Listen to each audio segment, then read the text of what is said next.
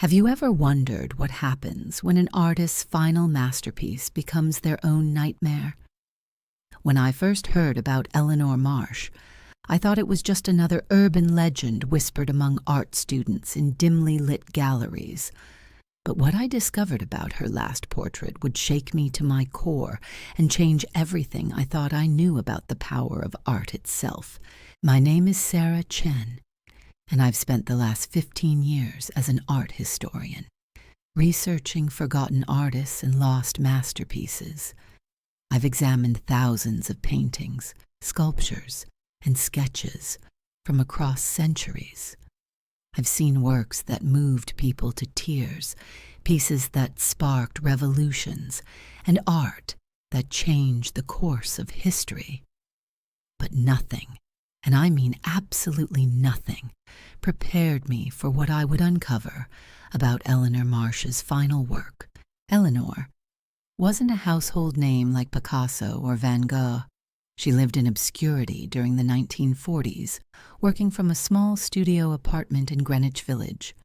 Most people had never heard of her until recently, when her last painting surfaced at an estate sale in upstate New York.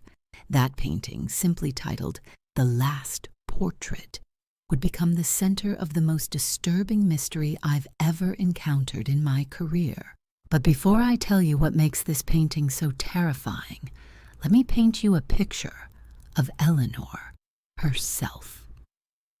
She was 28 years old when she created her final work, a talented but struggling artist who barely made enough money to pay rent. Her neighbors described her as quiet, almost invisible, the kind of person who could disappear into a crowd without anyone noticing. She had dark circles under her eyes from staying up all night painting, and her hands were permanently stained with oils and charcoal. What made Eleanor different from other artists wasn't her technique or her style. It was her obsession with capturing something that most painters never even attempted. While others focused on landscapes, still lifes, or portraits of wealthy patrons, Eleanor was determined to paint something far more elusive. She wanted to capture the exact moment when life left the human body. I know that sounds morbid, but hear me out. Eleanor believed that in that final instant, something profound happened to the human spirit. She spent months visiting hospitals, morgues, and nursing homes, sketching people in their final moments. Her notebooks were filled with studies of faces transitioning from life to death, each drawing more detailed and haunting than the last. She was searching for something specific, though she never told anyone exactly what that was. The breakthrough came in the winter of 1947. Eleanor had been commissioned to paint a portrait of Margaret Whitmore, an elderly woman from a prominent New York family. Margaret was dying of tuberculosis, and her family wanted one final portrait before she passed away. It seemed like a straightforward job, but Eleanor saw it as the perfect opportunity to finally capture what she'd been searching for. For 3 weeks, Eleanor sat beside Margaret's bed, working on the portrait day and night. The family was initially pleased with her dedication, thinking she was simply being thorough. But as the days passed, they began to notice something strange about Eleanor's behavior. She would stare at Margaret for hours without moving her brush, as if she was waiting for something specific to happen. She barely ate, barely slept, and spoke in whispers when anyone tried to talk to her. Margaret's daughter, Catherine, later told investigators that Eleanor seemed to be in some kind of trance during those final days. She would paint furiously for minutes at a time, then suddenly stop and stare at the canvas with an expression of pure terror. When Catherine asked her what was wrong, Eleanor would only say that she was getting closer to the truth. On the night Margaret died, Eleanor was alone with her in the room. The family had stepped out for dinner, trusting that Eleanor would continue working on the portrait. When they returned, they found Margaret had passed away peacefully in her sleep. but Eleanor was nowhere to be found. She had vanished, leaving behind only the completed portrait and a studio filled with disturbing sketches that no one could fully understand. The portrait itself was breathtaking in its realism. Margaret looked serene, almost angelic, with a soft smile playing at the corners of her mouth. Her eyes seemed to follow viewers around the room, a technique that Eleanor had mastered through years of practice. But there was something else in those painted eyes, something that made people uncomfortable when they looked too closely. The Whitmore family hung the portrait in their living room, but within days, strange things began happening in their house. Family members reported hearing Margaret's voice calling to them from empty rooms. Doors would open and close by themselves. The temperature in the living room would drop suddenly, even on warm days. Most disturbing of all, people began seeing Margaret walking through the halls at night, looking exactly as she did in the portrait. After 2 weeks of increasingly bizarre incidents, the family had the portrait moved to their attic. But the strange occurrences didn't stop. If anything, they got worse. Catherine began having vivid dreams where Margaret would speak to her, begging to be set free from something that was holding her captive. Other family members reported similar dreams, all with the same recurring theme of Margaret being trapped and desperate to escape. The Whitmore family eventually sold the portrait to a private collector, hoping that removing it from their home would end the supernatural activity. For decades, the painting changed hands multiple times, and each new owner reported similar experiences. The portrait seemed to carry with it an aura of unease that affected everyone who came into contact with it. But the real mystery wasn't just the supernatural occurrences surrounding the painting. It was what had happened to Eleanor Marsh herself. After disappearing from the Whitmore house that night, she was never seen again. Her studio apartment was found exactly as she had left it, with unfinished paintings still on easels and art supplies scattered across tables. The landlord waited months for her to return, but she never did.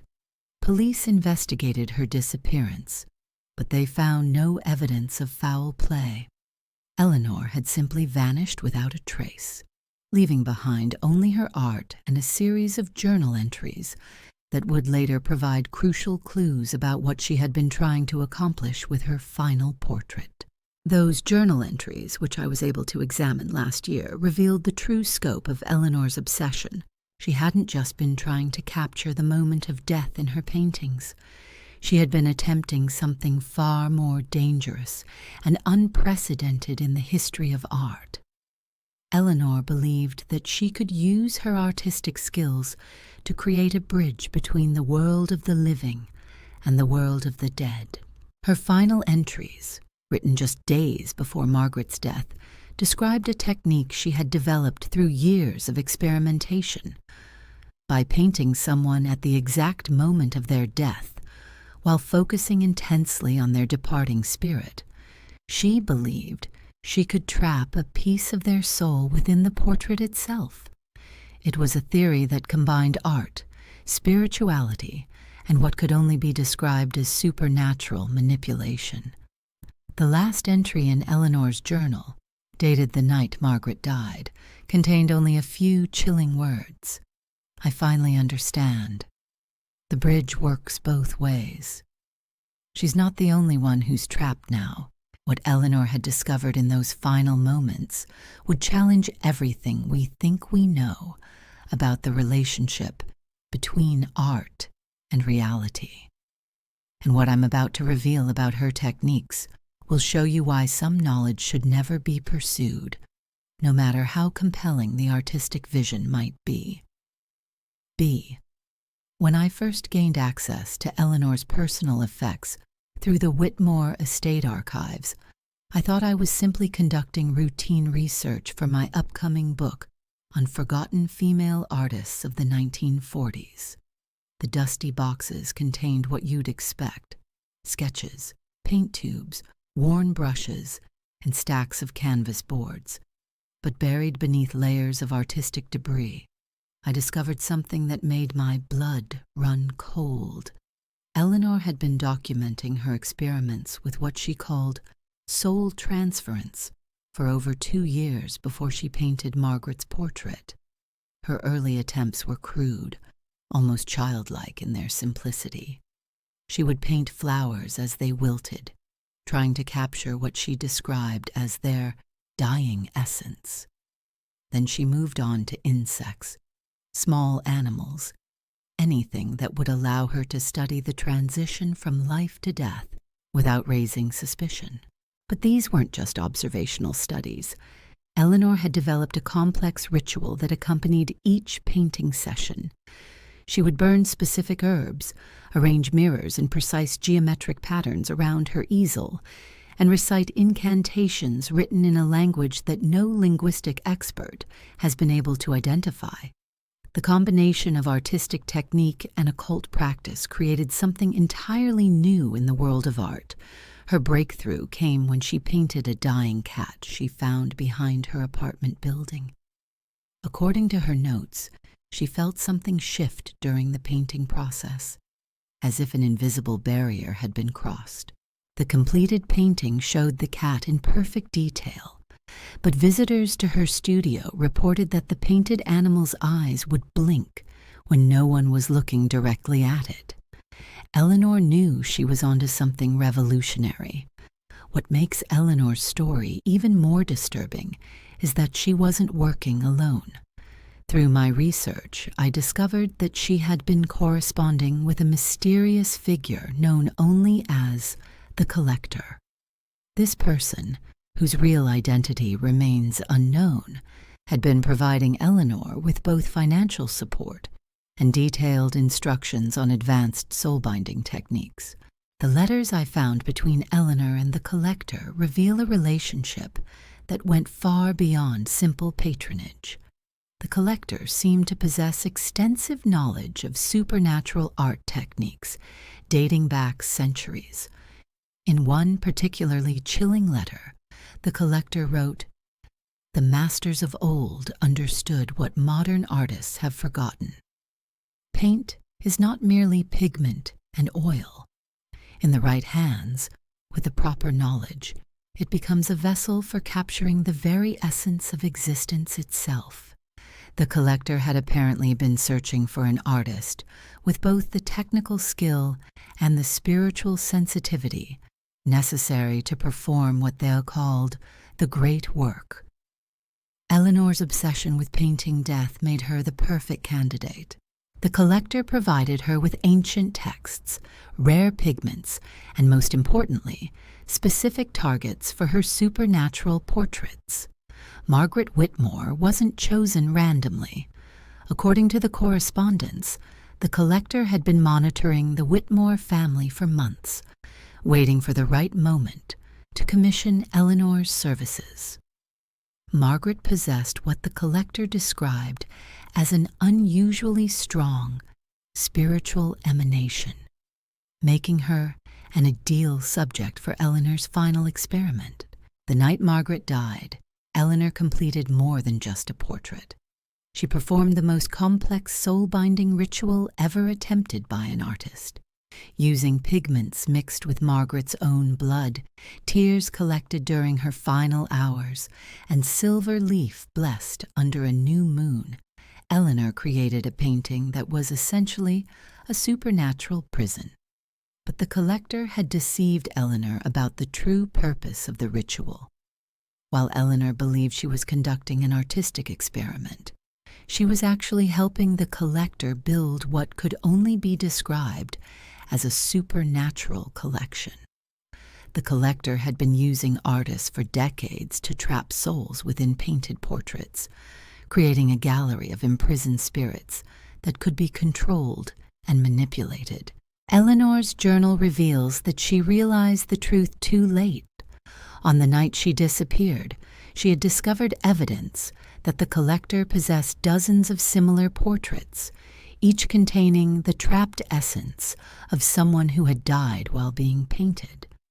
The collector wasn't interested in advancing artistic knowledge. They were building an army of enslaved souls. The final piece of evidence I uncovered changed everything I thought I knew about Eleanor's fate. Hidden inside the frame of one of her earlier paintings, I found a small piece of canvas with a self-portrait painted in Eleanor's distinctive style. But this wasn't just any self-portrait. It was painted with the same supernatural techniques she had used on Margaret Whitmore. Eleanor had painted her own soul into the canvas. The implications are staggering. If Eleanor had successfully trapped her own spirit within a painting, then she hadn't simply disappeared that night. She had transformed herself into the very thing she had been creating for others. Somewhere, in the collector's supernatural gallery, Eleanor Marsh continues to exist as a painted prisoner, fully conscious but completely powerless to escape her artistic prison. This discovery led me to investigate similar cases throughout art history. What I found was a pattern of talented artists disappearing under mysterious circumstances, always after completing what would become their final masterpiece. The collector, or people like them, had been manipulating artists for centuries, using their skills to build collections of trapped souls. The most disturbing aspect of this revelation is that the collector's gallery might still be growing. Contemporary missing person reports show artists vanishing under circumstances remarkably similar to Eleanor's disappearance. Young painters obsessed with death and spirituality, receiving mysterious commissions from anonymous patrons, then vanishing without a trace after completing their final work. But here's what really keeps me awake at night. During my research, I received a letter with no return address. Inside was a single sheet of expensive paper with an elegant handwritten message. Dr. Chen, your research into Eleanor Marsh's work has been noted with great interest. Your expertise in art history, combined with your obvious passion for uncovering hidden truths, makes you an intriguing candidate for a special commission. Should you wish to create something truly extraordinary, something that would cement your legacy in the art world forever, please respond to this letter. The letter was signed simply, The Collector. I haven't responded to that letter, but I also haven't thrown it away, because despite everything I've learned about Eleanor's fate, despite the evidence of supernatural manipulation and trapped souls, there's a part of me that wonders what it would be like to create art that transcends the boundary between life and death. The temptation to push artistic boundaries beyond their normal limits is stronger than I ever imagined it could be. And that terrifies me more than anything else I've discovered about Eleanor Marsh and her last portrait. The more I researched Eleanor's techniques, the more I began to understand why the collector had chosen her specifically. Eleanor possessed something that most artists lack, an absolute fearlessness when it came to exploring the unknown. Her journal entries show a progression from curious experimentation to complete obsession, but also reveal a methodical approach that set her apart from other occult practitioners of her era. What made Eleanor truly dangerous wasn't just her artistic skill or her willingness to dabble in supernatural forces. It was her ability to innovate within those ancient practices. The soul-binding techniques she used weren't simply copied from old grimoires or mystical texts. She had taken centuries-old rituals and adapted them specifically for oil painting, creating hybrid methods that were far more effective than anything attempted before. Through my analysis of her remaining artwork, I discovered that Eleanor had developed what she called sympathetic pigments. These weren't just paints mixed with blood or tears. She had created a complex alchemical process that transformed ordinary art supplies into supernatural conduits. Her notebooks contain detailed recipes for creating these pigments, instructions so precise they read more like scientific formulas than artistic techniques. The process began with collecting materials from her subjects during specific emotional states. Fear, sadness, pain, and hope each required different collection methods and timing. Eleanor would then combine these human essences with minerals she obtained from graveyards, churches, and sites of historical tragedy. The final step involved exposing the mixture to celestial events like eclipses, meteor showers, and planetary alignments. But what truly set Eleanor apart was her understanding of temporal painting. Most artists work in the present moment, capturing what they see before them. Eleanor had learned to paint across time itself. Her portraits didn't just show how someone looked at the moment of creation. They captured the subject's entire spiritual timeline, from birth to death and beyond. This technique explained the supernatural activities surrounding her paintings.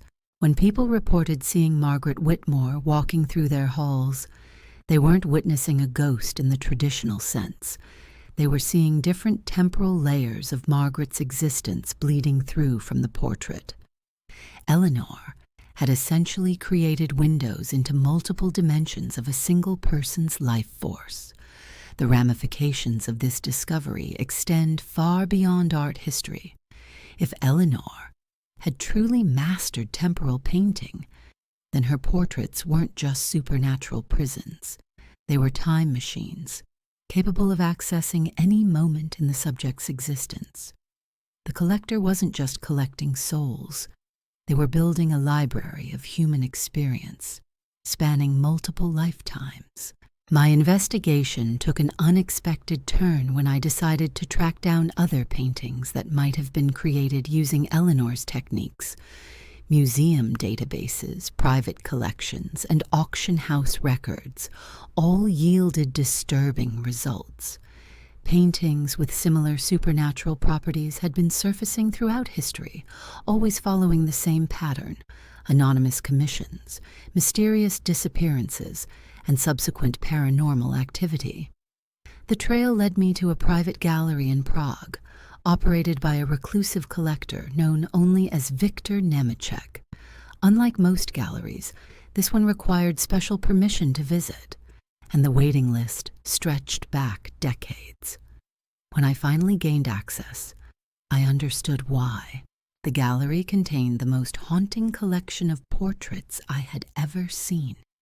Each painting was technically perfect, showing subjects in moments of intense emotion or transition.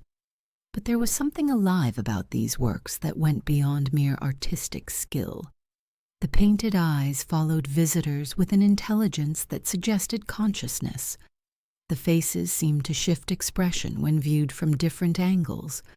Most disturbing of all, visitors reported hearing whispered conversations coming from the paintings themselves. Victor confirmed what I had suspected. His gallery contained works by artists spanning 4 centuries, all commissioned by various incarnations of the collector.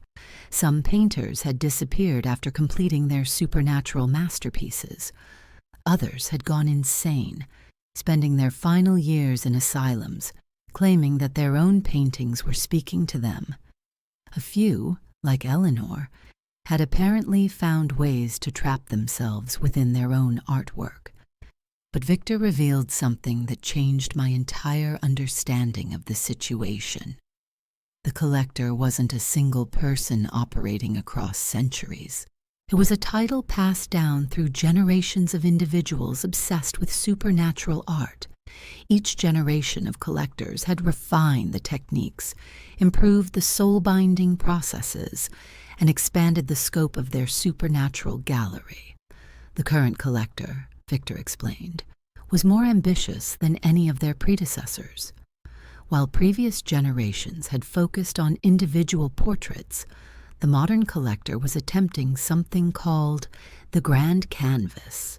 This theoretical masterpiece would combine hundreds of trapped souls into a single painting, creating what could only be described as a supernatural supercomputer powered by human consciousness.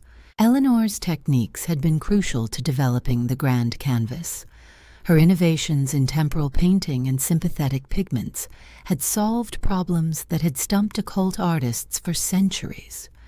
But Eleanor's disappearance had left the project incomplete, forcing the collector to search for new artists capable of continuing her work. That's when Victor told me something that made my blood run cold. The collector had been monitoring my research from the beginning. My expertise in art history, combined with my obvious fascination with Eleanor's story, had marked me as a potential candidate for completing the grand canvas. The letter I had received wasn't just an invitation. It was the beginning of a recruitment process that had been refined over generations. Victor showed me files containing detailed psychological profiles of potential artists.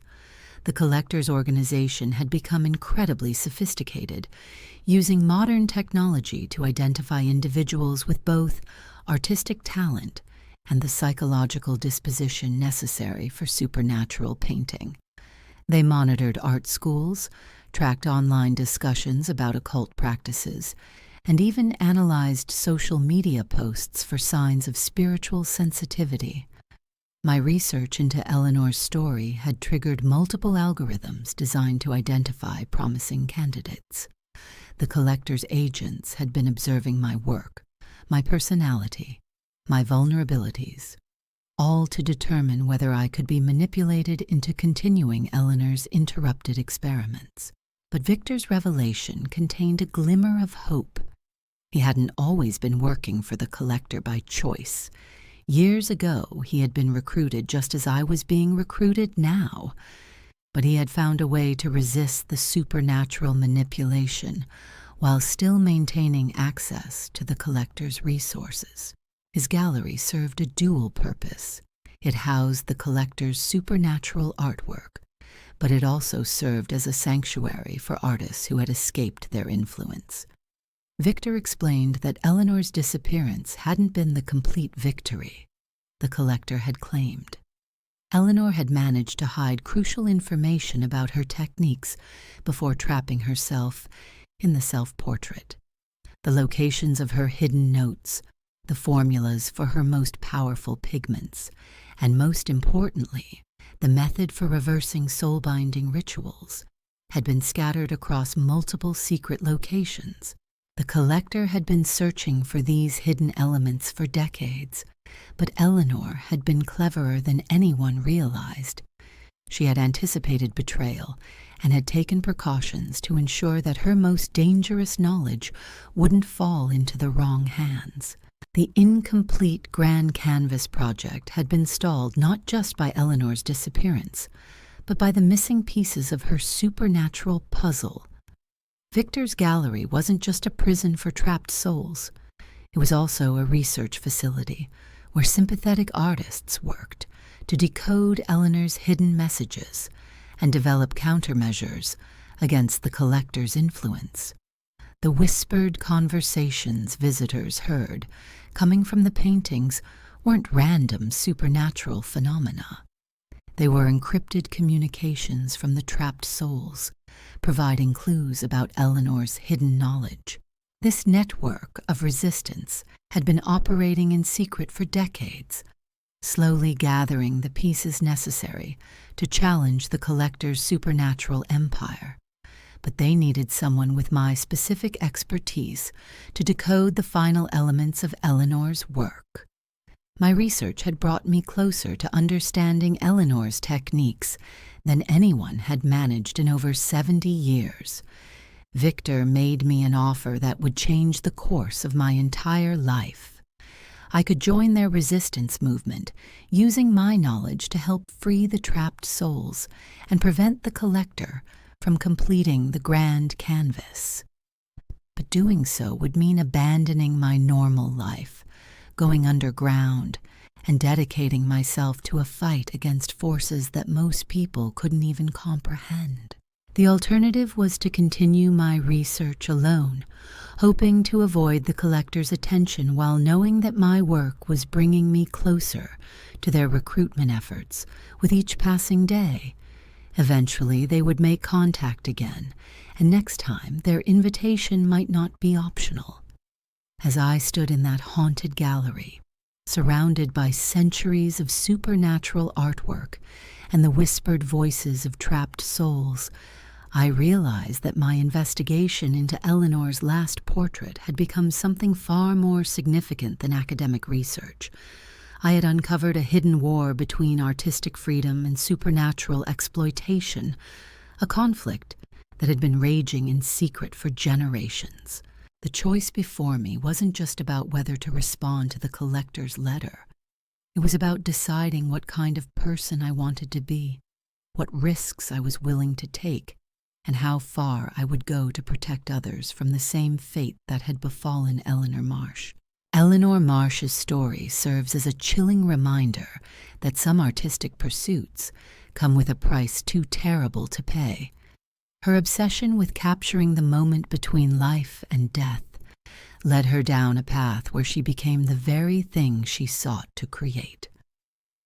Today, somewhere in the collector's supernatural gallery, Eleanor remains trapped within her own masterpiece, a cautionary tale painted in oils and human suffering. The next time you stand before a portrait that seems to watch you a little too intently, remember Eleanor's fate. Because in the world of art, not all masterpieces are meant to be created, and some knowledge should remain forever buried in the shadows where it belongs.